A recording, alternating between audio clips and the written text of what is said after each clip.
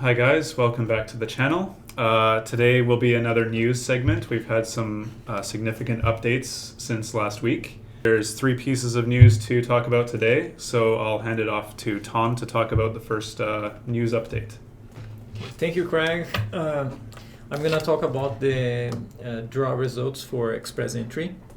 So that is promising news for future Express Entry, but for now we had 829 invitations on April 27th with a CR score, this is the minimum score of 772. Was a little bit lower than the previous one, and just for PNP nominations. Of course, when we talk about Express Entry, we drop a lot of letters. Then I'm not sure if people are familiar to. So if our audience are familiar, a PNP, it's a provincial nominee program nomination, and gives extra 600 points.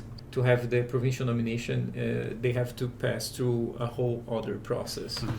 And the same day or last Friday, IRCC has announced they're going to resume federal skill workers, federal skill trades, and Canadian experience class draws for next July.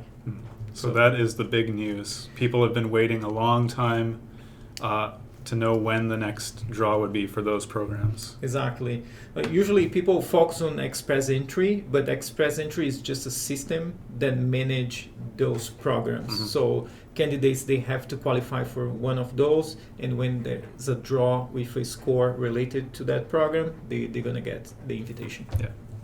It's strange or like a funny, because last week when we were shooting our video, we just talked about it, like how IRCC should, resume the draws for CEC and federal skill worker applicants, and then boom, they dropped the announcement right after our video. Yeah, I think the minister is watching our video for sure. But it's definitely good news for those people that have been waiting for their invitation for so long. Yeah. But like we mentioned, but still there are over 200 applicants or candidates in the pool. So even if they resume the draws in July, some applicants whose scores, I would say, like somewhere between 400 and 450, it might be a while for them to receive their ITA. Yeah, probably they're going to have to wait for a while. Yeah, so the good news is that IRCC's given a definite date of July, but at least the first few draws will probably be above 500 points. Yeah.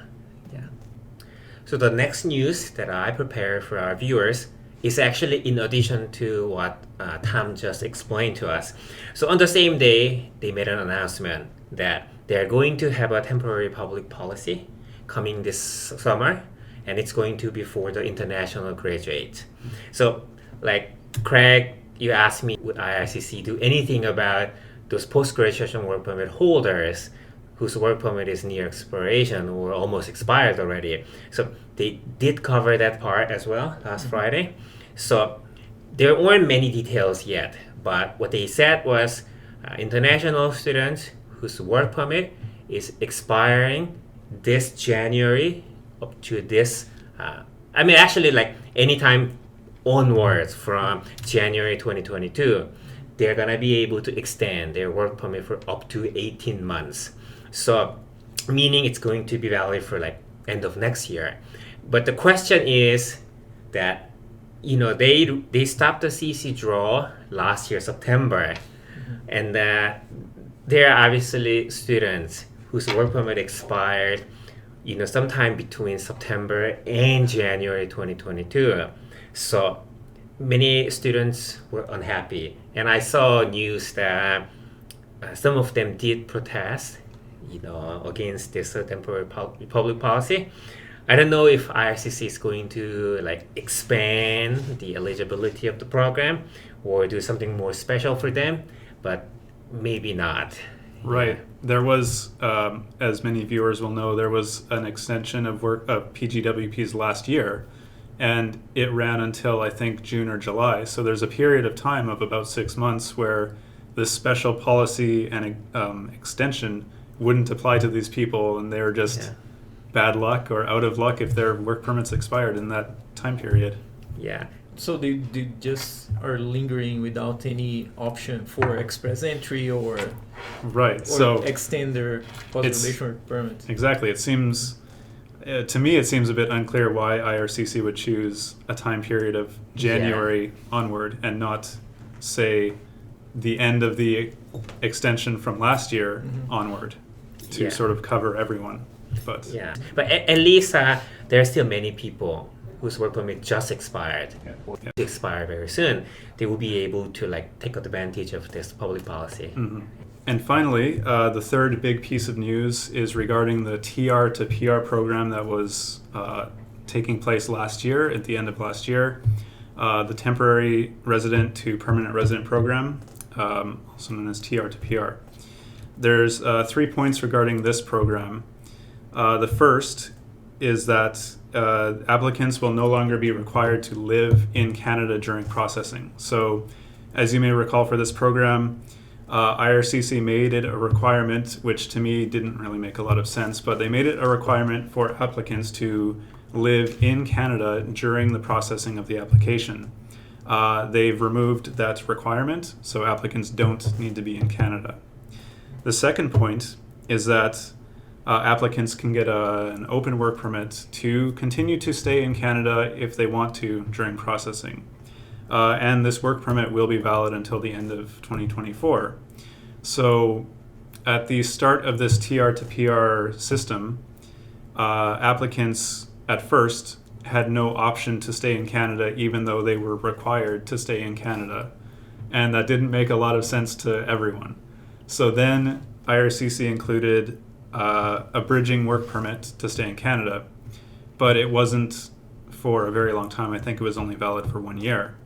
Now they're extending that bridging work permit option to stay longer until at least the end of 2024.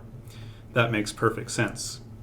The third option is for spouses of applicants. So spouses who were declared in the application but were outside of Canada now have an option to also get a work permit to come to Canada to work. So all three of these updates are ways for applicants to either stay in Canada or give them the flexibility to leave Canada during the processing. And IRC expects that they can process all of these applications for PR by the end of 2024. So this only affects people who applied for TR to PR, but it does at least give them some flexibility to stay in Canada longer or leave Canada if they want to during processing. So I think some of the viewers may not be familiar with the TR to PR. Just can you like give some small explanation? Sure, of course. I could have started with that. So what TR to PR is last year, I think around the middle of last year, IRCC opened up a few special programs for people who either recently graduated in Canada or were currently working in certain occupations like healthcare occupations, but they weren't otherwise eligible for, say, express entry. It opened up a few PR options for people who Canada deemed critical to help Canada's economy, but there were no other PR options. So they opened up a limited time, quota-specific program for international graduates or people in healthcare occupations, things like that.